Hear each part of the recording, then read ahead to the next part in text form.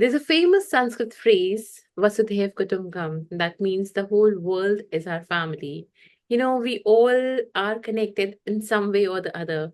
We all are one, and we all help each other in the times of crisis. Because in the end, borders can just divide land, not the hearts. So, hello everyone. Welcome to yet another episode of Renaissance with Swati. And today I have with me the successful product manager from SAP, Tobias Keller. Hi, Tobias. How are you? Swati, thanks a lot. Doing fine. How are you doing? I'm doing good. Thank you. So, before we start, I'll start with a few lines of introduction about Tobias. So, Tobias is one of the successful product managers from SAP. He's one of the most driven and resilient person.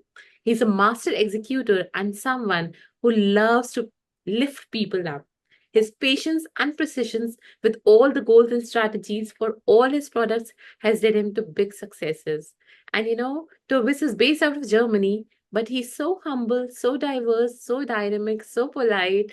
Then when you meet him, you'll feel that you know him from ages. So Tobias, it's so good to have you here on my podcast today. Would you like to tell everyone about your journey from a child to a product manager at SAP?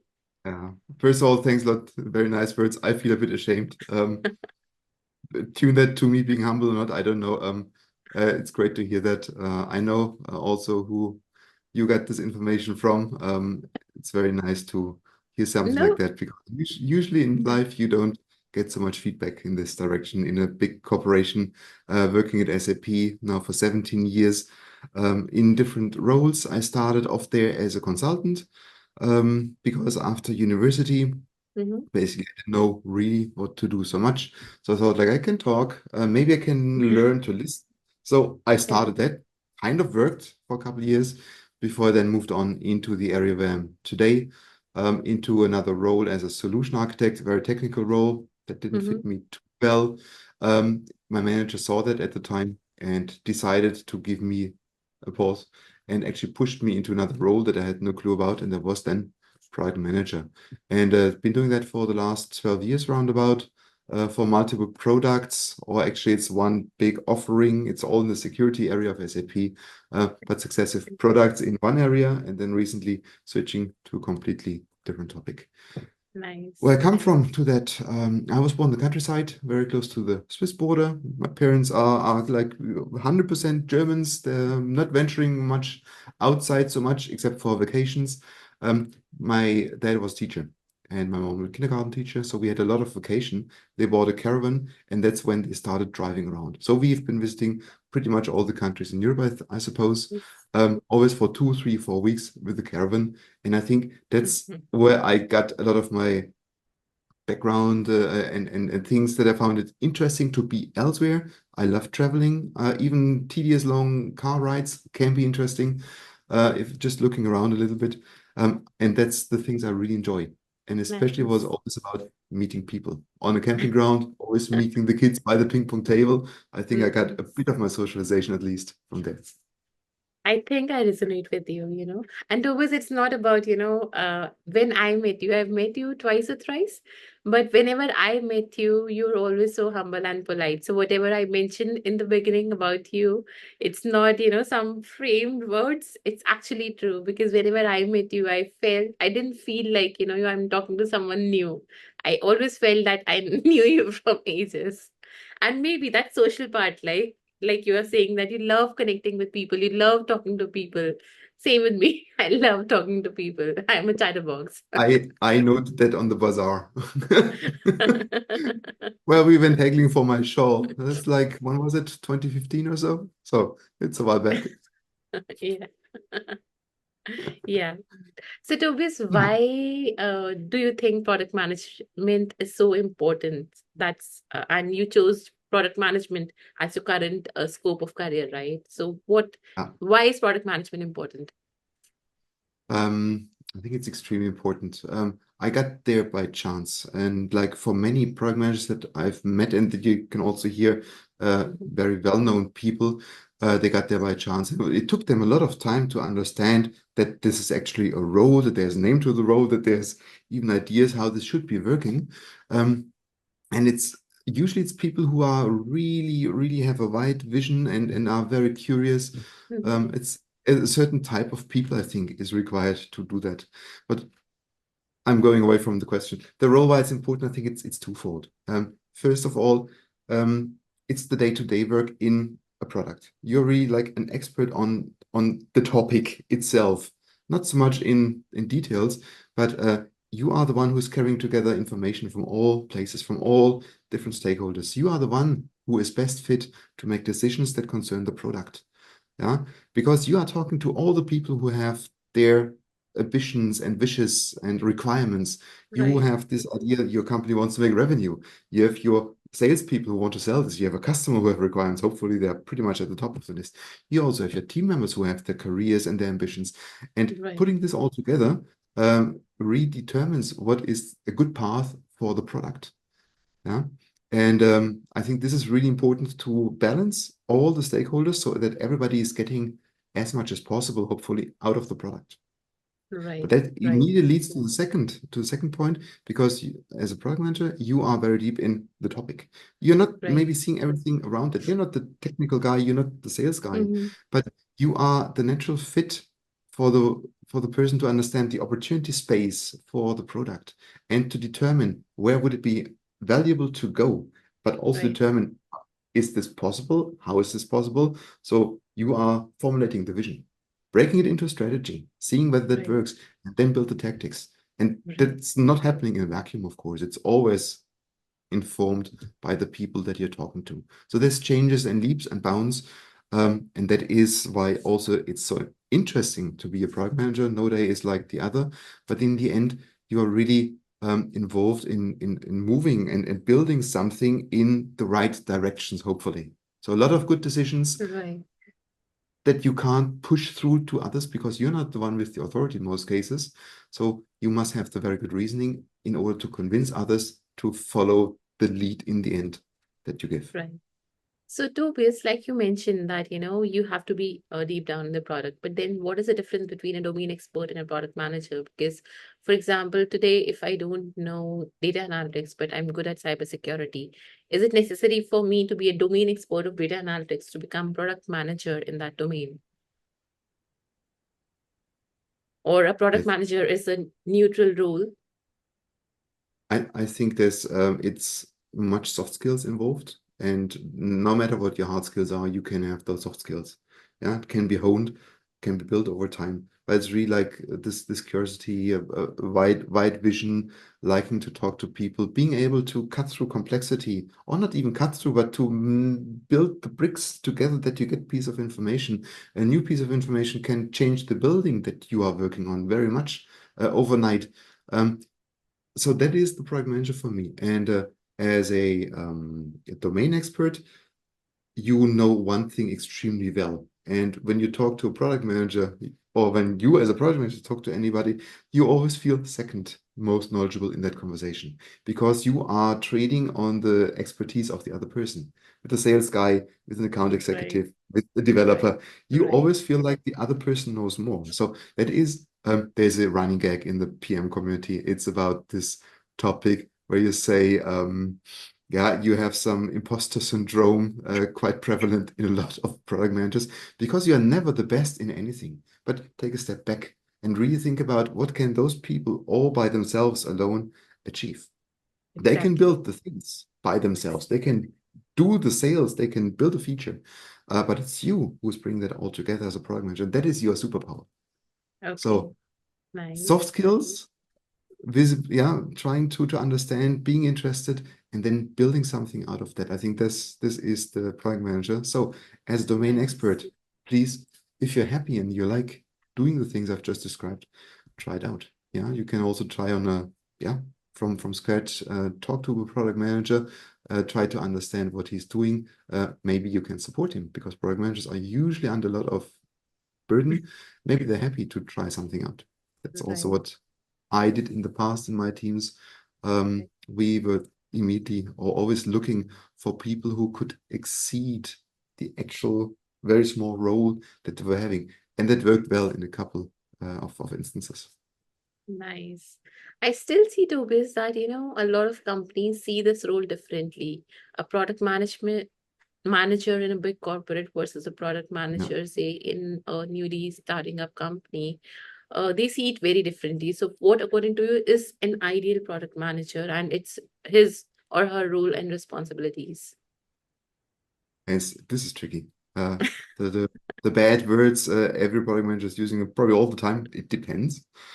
Um, I think the surrounding form the requirements to the product management, to the decisions, they form the decisions.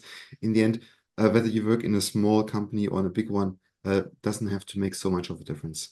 I think what is important, however, that is that no matter where you work and you are called the product manager, that you have a certain level, I wouldn't say of authority, but of influence. And it's really about making decisions for the vision. And if Exactly. that exists, then I would say, yeah, that's product management more or less. And that can exist in small enterprises and quite often does. In bigger enterprises, it's difficult. I've been recently doing a fellowship half year inside SAP on another very big and strategic project Okay. or product, sorry. And I was after some time asking my direct manager, hey, I am not making the decisions here. I'm the product manager, supposedly, but then it's really just a subpart. Who is the product Right. manager actually? And we started brainstorming or thinking a little bit, and in the end we came up, this is really like for this very big product, the decisions are made directly under the board level, on L1 level. So that is actually, and what I told then my boss, that is product manager. So in here, we are project managers Okay. executing on the ideas and decisions from others. That's also what I found was not product management. And you can guess I didn't stick with that role. So, what, according to you, is not product management? What not to do as a product manager? They're two separate questions, right? What is not product management, and what should you not do as a product manager? Yeah. I have good.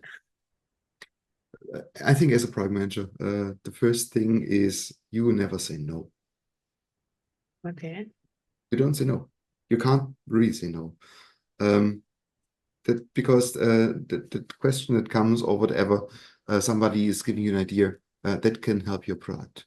Whether you can do it or not, it is not a big way. Just push it, don't push it away. Okay. Yeah. Okay. Try to make sense of it. Try to take it as a brick in forming your building. The second thing that I would do, and that goes a little bit back a week or two, a good friend of mine, old colleague, posted something funny, like here is a fun PM job description, and it went like everything that nobody else does but needs doing is the Right. product management's job description. I think you're involved in that thread as well. That really rang a bell because that's how I was living for too long a time. And that is also wrong. So don't do that. Yeah. So say no. Now, don't say no to the ideas that come, but be very adamant in understanding and trying to unravel what is it actually bringing, where does it Exactly. help, where does it hinder. So don't say no to the ideas, but try to be very adamant in trying to say no to the idea that you as a product manager would be doing that, because yeah, that's it was a tough learning, I would say. I fell into the trap a couple times and still do today because it's just so much Right. easier to just do it like once and then Exactly. it takes you over. And that is my key learning. If there is nobody who is doing it, then either it's not important enough or you must raise that as a product manager. And then that comes to Okay. the do. Yeah, really Okay. think what has to be true in order to achieve something if it's relevant. That's your task. Okay, that's really nice. So, being a product manager, you are, putting all the building blocks together, all the Lego blocks together, and creating a big building out of it, right? So, but you still do it with a vision in your mind, but you don't have influence over your team, right? Because we are not line managers, product managers are not line managers. So, we are working with different leaders day in and day out. So, what, according to you, is the difference between a good leader and a great leader? Yeah. Okay. I think I can give one example or two examples here. One of a good leader. The best manager, line manager that I've had, a lady, a couple years back, she was the one who pushed me in product management. Okay. Um, I see her as a good leader. She was very intelligent. She was very driven. She made decisions, communicated that well. She was stringent in trying to keep them. She was upholding a high level of requirement from her people. So it was demanding, but she was also caring about us guys. So for me, being a younger version of myself and always Right. willing to learn, Right. I benefited tremendously because she gave me so many ideas. This didn't work so well. This is pretty good. You can build up on that. So that was Mm-hmm. really good. So she improved her people. Um, Right. I liked it a lot. I heard from some other colleagues who did not like that so much because they felt this went into the direction of being controlled, not Okay. micromanaged, but too much Okay. control. Okay. And there's Okay. something where I think as a line manager, you have that tool, you have that possibility to make people do things. Yeah. And in the best case, they like it. In the worst Mm-hmm. case, they still do it. But Right. that is a leader because I think a great leader is slightly different. Yeah. They are the ones who make the people or who help the people do the things that are really relevant. They don't tell them do A, B, and C. They are rather, it's not giving a long lash that is still being in control, but giving a big Right. space to grow Right. into, and pushing Right. you, huh? Saying, Right. have a look here. Would that not be interesting? And it is very much the interest about the people. It's not Right. building the people to fulfill the role because that helps you. No, it's about building the people because you like building those people. And you think Right. maybe that's the person who will surpass me in the future. He will be much Exactly. cleverer than me. Yeah, but I can help that person become a better version of themselves. And that I say is, I think, a great manager, and they still achieve what they require because the people understand why it's important that they are doing something because you help them understand that. And in the end, by doing it also, it's the way of growing. That's for me Nice. real difference. And I have such a great leader next to me right now. Yeah, it's Okay. a colleague I'm very closely working together with. Okay. He's just he likes people and he is continuously active and very intelligent person, but then also very nice and humble person who is managing to really give people ideas where they should thrive. So he's a mentor of the best kind. Wow. So, Tobias, being a product manager, do you think a product manager is also some kind of a leader? Although not a direct leader, but then he's also working with the team day in and day out and working with the customer stakeholders, managing everything around the product. So, a mini CEO of the product, right? Yeah, So, yeah. do you think a product manager, we can also call him a leader, or can he also venture into leadership roles? I think in most cases, or a good product manager hopefully is also going to be the leader, just because he's having no authority. Yeah, so with authority, he could manage and tell people to Right, do, but he right. needs to convince people of the vision of the idea, needs to talk with people.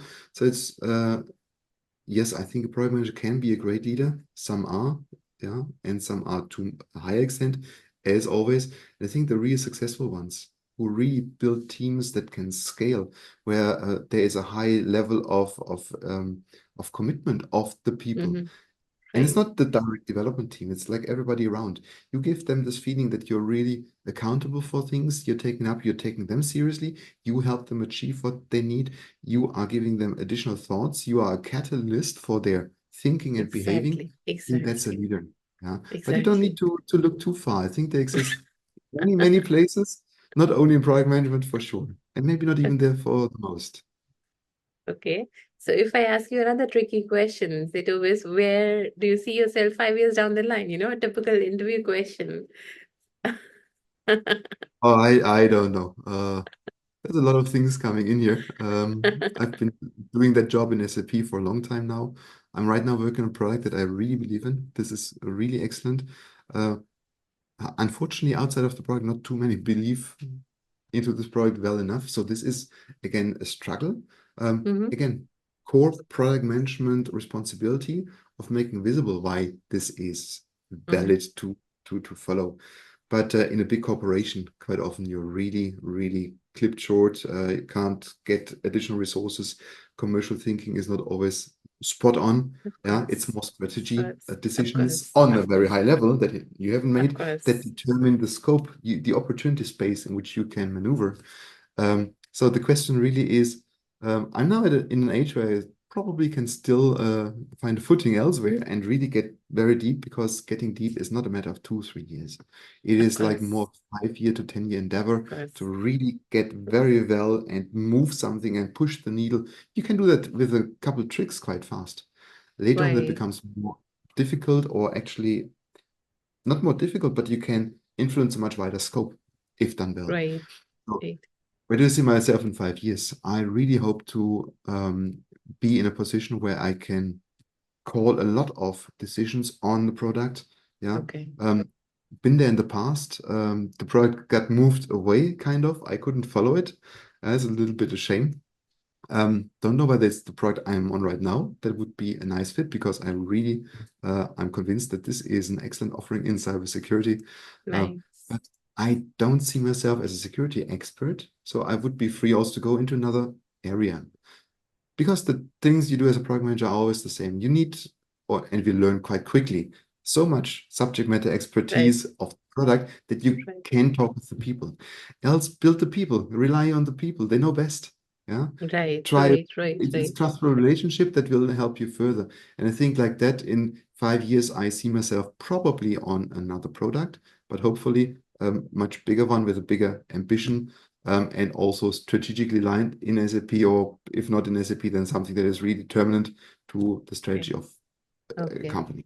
Because You're that's, actually a product leader, you're where you're actually creating the vision and building the product as you want, as per the vision that you have, right? yeah, it's that joy in building something, right? Yeah, the Lego. I was a Lego kid. Yeah. We have other kids. I don't know whether you know Playmobil. It was like Yeah, ready-made figures and everything, right, so you could right, just take them and play. I was a right. Lego kid. I was doing the brickwork and building big structures out of the brickwork. So that is Nice. still, I think, determining my Yes, thinking today. right, And right, right, depending on the bricks you have, your building will look very different.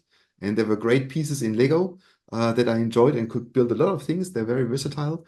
And there were other bricks that were more special and couldn't do much with it. And similar in your surrounding. A couple of right, pieces you need to include. You can't go around them, and they restrict what you can build actually on top of them, because all around it, no other Lego will fit. right. But for other pieces, and then you can build around it maybe, yeah. So you fulfill requirements that you have to fulfill, but you can still find a way that mitigates maybe even harmful impacts. And that's the Right, joy of it, really trying to right. find out what helps, what hinders, and how to best That's beautiful, put it And I together. think that mindset of being a Lego kid, building everything from scratch and building it all together, that's really wonderful because getting a ready-made thing and building something from scratch, there's different excitement to that, and it's really wonderful. Yeah, and it's really, and usually in the beginning, you don't know what's coming out. So you're really Exactly, open. Yeah, and when you're in that exactly. flow of building Lego, can't compare it, of course, to the flow of building product management, because it extends over so much time. But Right, it's pretty much the same. When you're in this building mode, and you really think like, yeah, what do I have? I need this and that part now. How do I get it? right, The same as product right, manager. What is amiss here? Why is something not working? And then right, you try to right, define the root cause for that, and then try to think ways around. And what would need to be true again? Thinking right, not, right. oh, this is not there, so I must stop here. No, okay, this is missing. How can I make up for it? How can I get it? How can I find a way around? Nice, nice. That's wonderful. Tobias, I also got to know that, you had a way in which product managers or products can measure their effectiveness, right? Solution Radar. Would you like to Mm, talk more about Solution Radar? What is it that's all my about? That's my favorite tool. As a product manager, you have a certain tool set. Yeah, it's not that you all do it all by, yeah, out of a hunch, but you have a couple of structures that help you. The Right. solution radar is a great tool. I have to go one step back. I got in touch first in 2017 or so with that. It was my Okay. former manager, Timo Okay. Wagenblatt, now a very good. He is a very good product manager, and now a very good product manager with Google. So he remade it big. He's also having a small venture based on his idea of the solution radar. Okay. He's offering us a solution for product managers based on this idea. Now, what solution radar is, it's basically, if you look at it, it is a kind of a 360 view of the things which are relevant for the success of a product. So it's everything that can be relevant to determine the success or the unsuccess, cut into certain Right. dimensions. Right. It's like in outward facing, I would say, or inward the development team. Yeah, how good is the quality? How high is the load of tickets in the end? What's determining the bottom Right. line? Right. How well are we set up? However, also for go-to-market.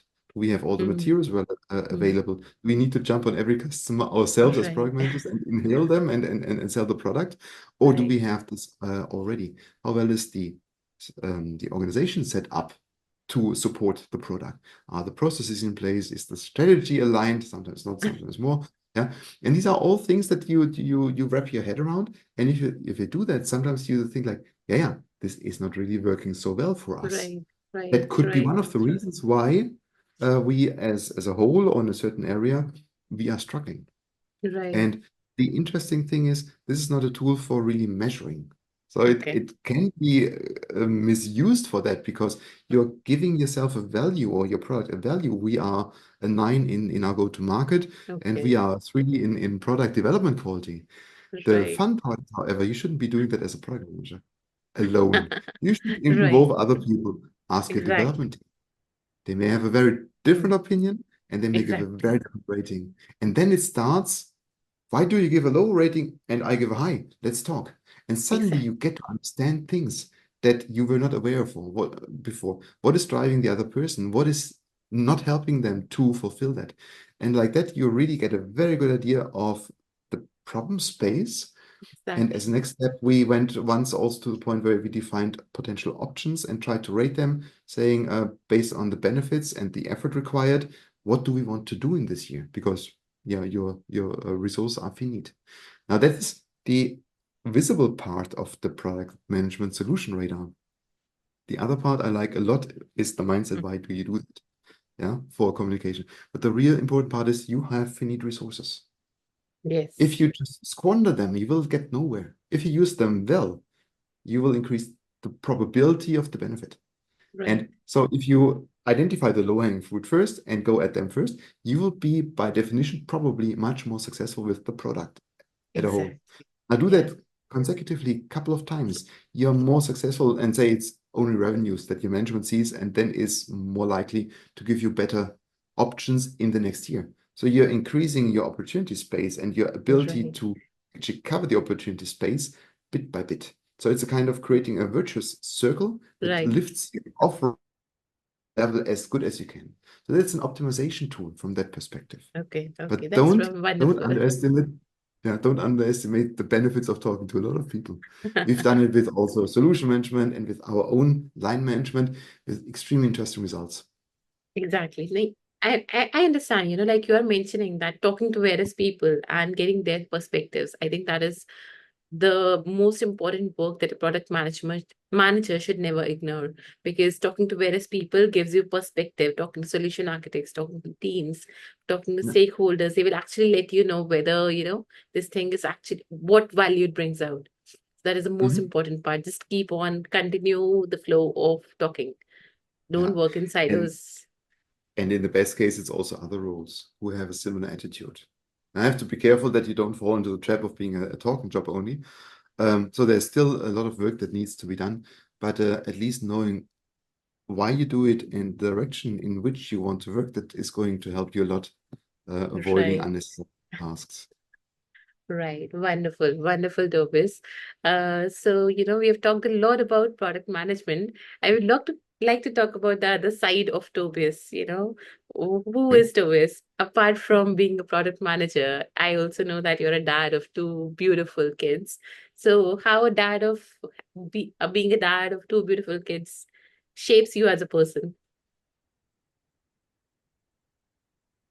I don't know whether having kids, it changes your behavior, right?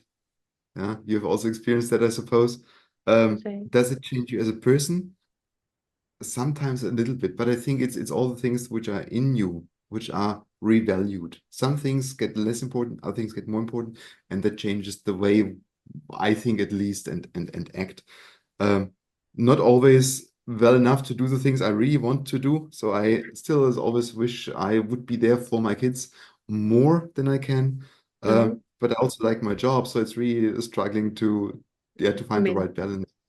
But also what it has done at some point for me, I became more cautious. I was more aware of risks lying around and was Right. trying to think ahead and avoid. So it was then another way of strategic planning. Now that the kids are a little bit bigger, they think they can Mm-hmm. think for themselves. Sometimes it even works. Then on turning 11 and 13, so a lot of things Right. are starting to Right. work pretty Right. well. It's really Right. impressive. But it's made me again aware of how limited our own as adults, our own mental capabilities are. Because Exactly. if you see what Exactly. children can achieve in shortest time, that's tremendous. What I also saw is this openness of children, and I love that. They just do. Nobody told them it will not work, so they just try it. And yeah, it Exactly. doesn't work. Oh, it works well. Yeah, but it's also this ability to just do it without thinking of the consequence that they may fail. Yeah, Exactly. because each failure in the end Exactly. is a big win. You won't make that mistake again. And Right. really, that willingness, I find that amazing.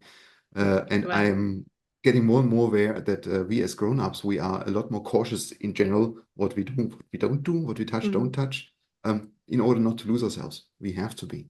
On the other hand, just this idea of exploring and experimenting, Right. that is Right. essential. Especially in our world, a lot of things are coming up and up, right and left. I don't have time for AI, but I have to do it. Yes. So I take a bit of time Right. experimenting here and there. Yeah. So that must be done. You can't really push things away. And children are, I think the big difference is they are not strategically selecting so much. They're just living their life. Nice. And Nice. I thought that has helped me a lot also become a bit more open to topics as they come up. I was pretty open before, I think, but it has helped me even more openness. Yeah, today, like I never say no, I just ask why. As a reflex, when anything comes up, I don't understand Exactly. it. I say, can you explain more? And then I ask why a couple of times. That's true. That's true. And that's true with kids, right? They just go out, they just do things, and they just ask questions. They're not afraid to ask questions, you know? Why is Yeah, this? Why is that? Why is this? Even if it is a fact, they will always ask yeah. questions and they will always It is, do it things. is, Yeah. it is so annoying for a grown-up because it's so obvious, isn't it? No, for a kid it is not. Right. And when they ask Right. this question 5 times, you go like, yeah, actually it was not so obvious. And Exactly. that's actually also very close to the attitude that as a product manager, you are going to show a lot. You have Okay. that structured, I mean, talking to customers. Yeah, 5 times why there's methods, toolkits, to tweak out the underlying problem of a customer. Not tell them, I need a report that does ABC. No, why do you need that? Yeah, and Right. underlying suddenly Right. is you get to the issue, and then you can pivot that and solve the problem that the customer has, maybe in the way Exactly. that they thought it would be solved, maybe another one. Yeah. But also That's in the other insightful. Yeah. respects, why is something? If I understand more, give me more information to the backdrop, then I can Ex- paint a much better picture. That's wonderful insight, you know. The whys, all the whys, all the questions. If we just ponder over all the questions, why, then we'll come to a lot of different perspectives, a lot of Yeah. different lenses, which we might not have looked upon or ignored, you know. These are the different perspectives, or these are different lenses we can see a problem with. Yeah. And it is really also this mindset of making yourself a blank paper initially. Yeah. Going Yeah, into things in an open fashion, no prejudices, no, yeah, it doesn't work, of course. You always have some right. ideas in the back of your head, but trying to push them back as much as possible will help you tremendously understand another person's perspective better. And I think that is also one of the key points of Nice. somebody who's really a great leader, just Right. referring or reverting back to that, trying to understand what's driving that other person. What are their goals, ambitions, ideas? Why do they behave like they do? I don't understand it. I don't like it. I find it abrasive. But if you get to know that this product owner that I had in one of my products, it was extremely abrasive. Yeah, we were haggling all the time. and he was encroaching on my territory all the time. Uh, and I was just trying to keep him off my back for a while, until at some point we went into a mentoring together to resolve that actually, and I learned a lot from that. He too, I hope. But the point was really that I understood much better what he wanted, and in the end came to see that we were actually following the same goal, just in a very different manner. Yeah, and from Right. that point on, it was all great. Yeah, I could really accept him, and that taught me a lot. If somebody is coming and it doesn't feel right, why is it Exactly. like that? Yeah, try to find out what are those people doing, and especially why. What is driving them? And then Exactly. maybe you come to terms or to decision. I need to distance myself from that Right, person. right. Exactly. Talking to people, if you see there's a problem coming in, and if you just talk out to them and try to understand their perspective, because they might not be wrong. We just might have different perspectives to see in that same thing.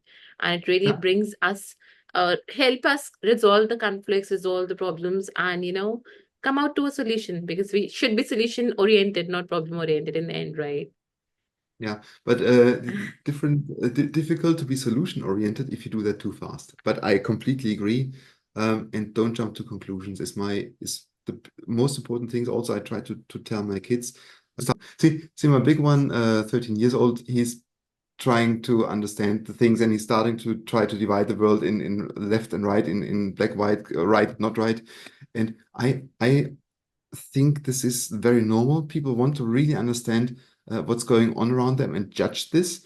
On the other hand, it's extremely difficult if you judge something and it's too early. You don't have the complete idea because your judgment, your decision may be just not Right, good or not right, correct. So I always try to tell me, just be open, and before you judge something, say, ah, but this looks strange. The clothes are difficult, are looking weird on that person. Think about it. Yeah. Why is the person wearing that? Maybe it's somebody who doesn't have enough money to buy the latest thing, or they mm, don't care about it. They have a very different idea of what life is about. These types right. of things. And don't judge Exactly. by a book by the cover. Yeah. Exactly. Not only the Exactly. books, also other things. If you see things in the world, why is something happening that you don't understand?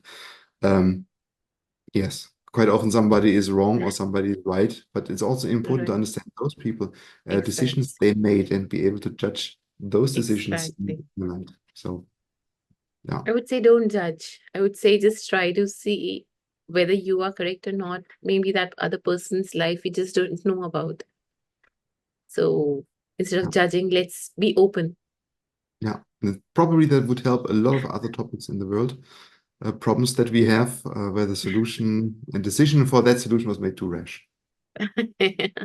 Okay, so now that your kids have grown up, so how do you maintain a good work-life balance? We tricky. I've always tried, and sometimes better and sometimes worse. Right now, it's quite well. Um,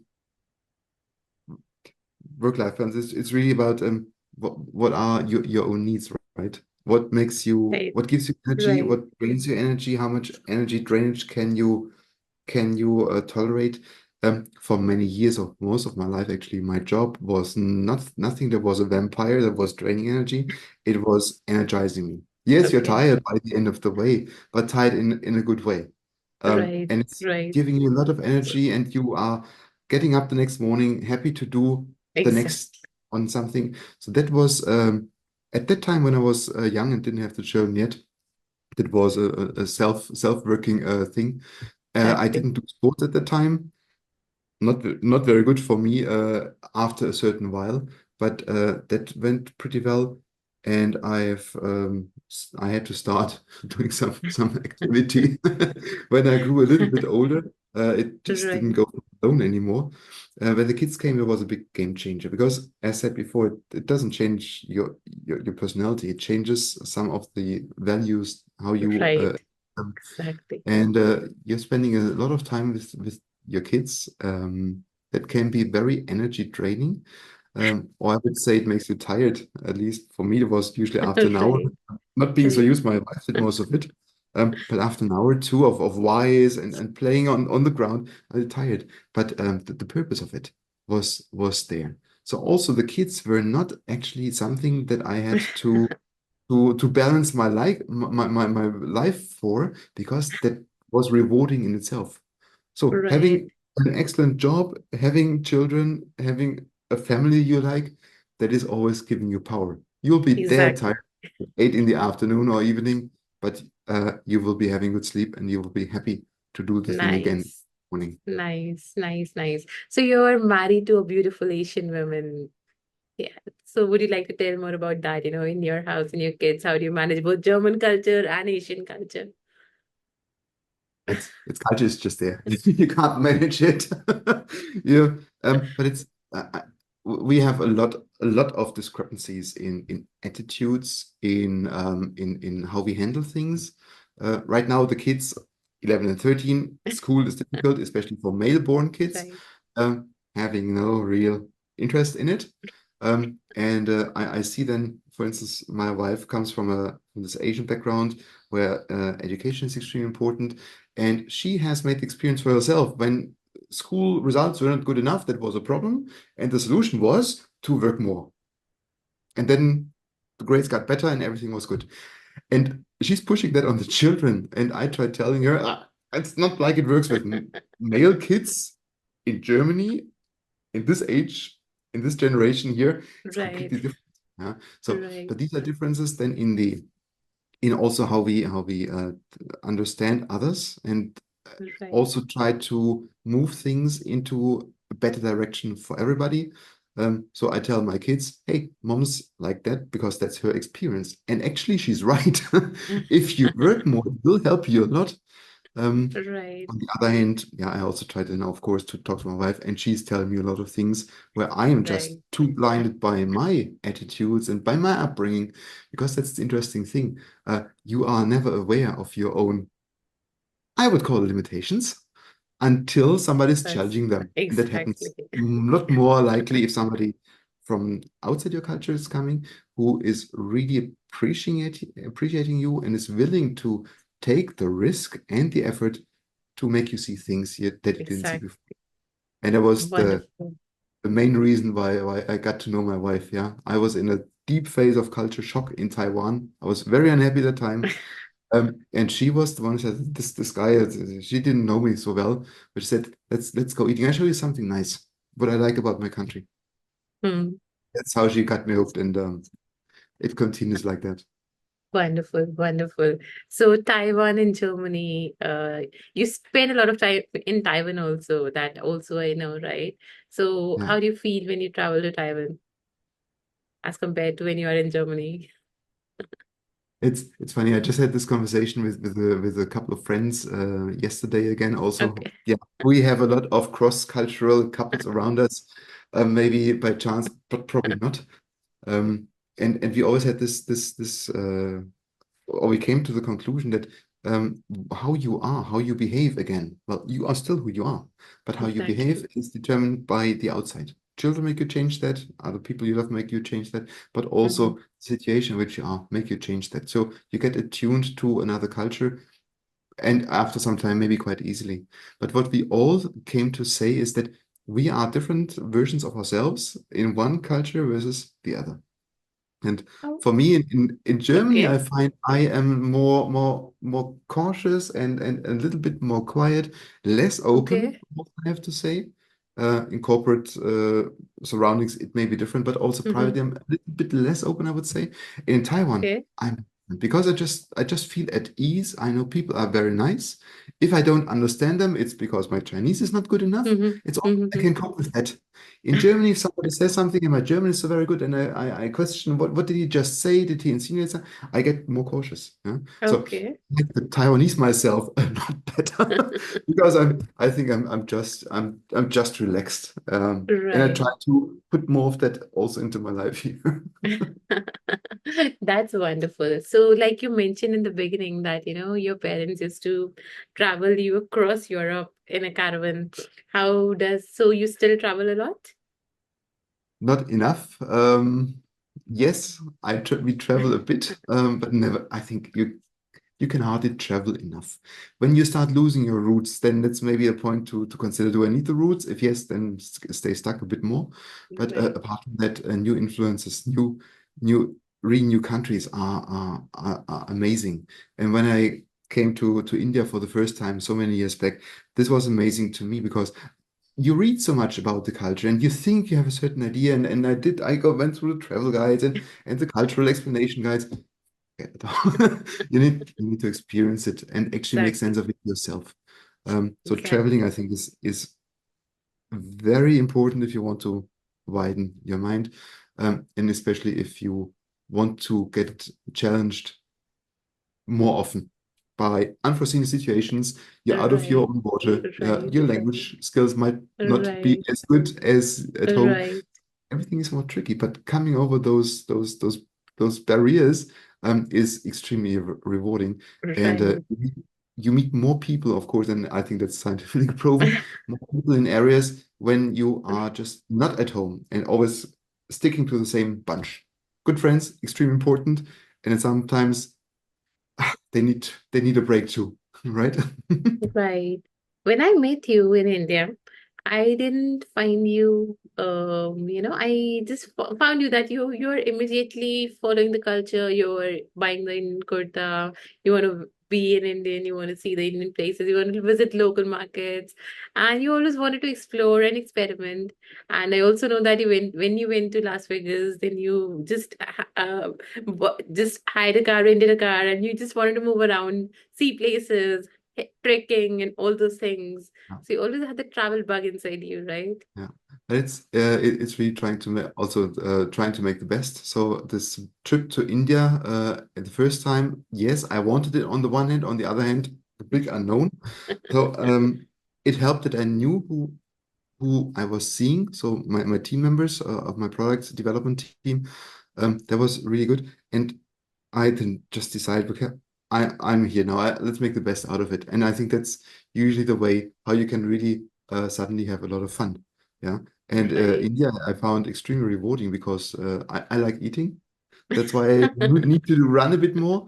And food in India was just for me so amazing. It is many different cuisines. I understood when I was there, Okay. very different flavors, very different way of how it's being served. And it was a party for the whole 2 weeks I was there. I was enjoying myself a lot. Nice that it showed.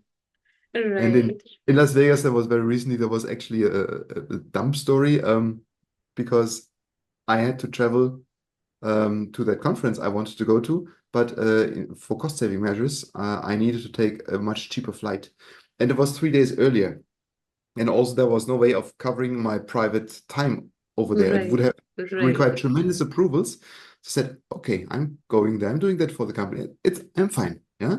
But I need to bridge 3 days. Okay. I am not getting any reimbursements. Yeah. So I'm taking 3 days of vacation and I grabbed myself a car and thought like, where is it cool on Google Maps? And I basically drove a big round tour of Right. 2 kilometers in 3 days. Right. Sounds Right. horrible, was cool because it was like 2 hours, 3 hours traveling to the next nice spot, and just this feeling of I'm enjoying myself. I'm in good company Right. myself, yeah, Right. that helped a lot, and it was just beautiful. Wonderful. Wonderful. Tobias, you are, just like I am also a big chatterbox. You also love talking a lot. And I observed also, you remember that one day when we were walking on a beach on Barcelona. There was a conference in Barcelona, and we were walking on the beach, just walking and just talking. And it Yeah, was so wonderful talking. And, even though you are not in your own country, but you're always, the Tobias that I know is always someone who is so humble and so polite. So talking to people, networking with people, dancing. We also had that dance party, right? good. I remember. I can't Yeah. dance, but I Yeah. can try. Yeah, but Yeah. that's wonderful. Yeah, but I always price talks over tasks. I would really put it like that. Also in corporate environment, if somebody is willing to talk to me, that's great. Well, you have to be careful that it doesn't go into nonsense chatter. But most of the time, even if it's a long talk, you get a lot out of that. And yes, sometimes it means your tasks still need to get done by the end of the day. Then that's a struggle. Then that's something of an energy drain sometimes. But overall, I reprice it if people are willing to talk and this exchange is extremely rewarding, I think. Of course, of This is course. the only way how we get a reflection of who we are, what others see in us, get new impulses in which directions maybe to think. Yeah? Wonderful. Nice. So, Tobias, my last question. Now that your sons are grown up and they'll be leaving home in a couple of years or so. So, what is your thought about that? And what is your advice for them? And what do you think? Life flows away so fast. Once they're babies and now they are children will be moving out of homes and beginning their own careers. I think I'm beyond the point where I'm trying to expect that my advice that I give all the time will be heeded. They're beyond that. I hope that the advices I gave and the examples I hopefully also gave the kids will be in their personality. That's the only thing you can achieve. Advices don't help so much. Um, but if there was one thing that I could give them and would really hope that they can do it, it is really the one thing, be open. Just be open to whatever comes. Don't get stuck. Don't become too much accustomed to something. Um, because life is changing all the time, especially in these days. I think this is Mm, speeding up a lot. And the only thing you can really do is stay curious and flexible. Yeah. Then, from my perspective, that's the new intelligence. All yeah, the other stuff right. you can know is in books. It's Right. your tips in the internet. The only thing you can really bring to the table is that you are able to work on the stuff that others will be giving you because you are just willing to listen and try to make sense. Nice. Be open, just be willing to listen and just make sense of that and then be your own judge. Yeah, because yeah, we can find a lot of things on Google and Chat GPT these days, but then who we are, that we only know, and we can only experiment and explore about ourselves. Yeah, I think you made a good point. Who we are. Try to find that out. I think it's a lifelong exercise, and it will also change. And probably we are always experiencing new things about ourselves. Right. Hopefully that happens to me when I'm traveling or meeting new people. Mainly with old people, it's a comfort zone. Going outside is not the comfort zone, maybe, but that's Right. the most important part, right? Yeah. And I truly agree with that. Finding who we are is a lifelong exercise, like you just said, because even till today, we keep on experimenting. Unless we keep on experimenting, exploring, we don't know who we are. We just think that this is what we are. But if we try out new things, if we are open to new things, we'll get to know another version of ourselves, which we did not know till now. So that's wonderful advice. Yeah. Yeah. Thanks, Obis. It was, yeah. I Any would like advice? to Yeah. also, I have a closing remark. You may say something after that. But it's one thing you started with an Indian phrase or Sanskrit phrase. I could end it with a Chinese phrase. 有朋自远方来，不亦乐乎. Um, basically meaning, um, if somebody, your friend, is coming from a faraway space, isn't that a tremendous joy? I think it is. It's it has two meanings. Basically, it can mean that somebody you know who is a friend already is coming. That is a great joy in itself. But I think the other idea that you can put here as well is if you are meeting new friends from far away, that's the greatest thing basically can happen to you, right? Exactly, exactly. Seriously. Making new friends, meeting new friends from far away. That's wonderful. Yeah. And connecting. That is why we need a network of friends, right? That is why we need friends. That is why we need a network of friends. And maybe, one reason why I started this podcast was I wanted to network out. I wanted to talk to as many people as I can. I wanted to make as many friends as I can so that I can broaden my horizon. I can talk to them and listen to their stories like I listen to yours. And every story is wonderful. Every story has so many inspirations, which that person might not know, but when we talk, it comes out that you're so motivating, you're so inspiring to everyone around you. Thanks a lot, Swati. Thank Great you. talking to you Thanks. as the Thanks, last Opus. time for me. Yeah. And looking forward to seeing you again sometime when you come as a friend from far away, or I come as a friend from far away. Same here. Looking forward to meeting you again in person. Thank you, Tobias. It was wonderful talking to you, and thank you so much for agreeing to be my guest. Thanks for your time. Always, Thank you. always up for another talk if you like. Definitely, we can have a round two. Definitely. Thanks a lot, Tobias. It was lovely, lovely talking to you after so long. Thank you. Likewise, Swati. Thank you Thank for your you. time, all the effort you put Thanks. into this. It's a great Thank thing. you. Thanks.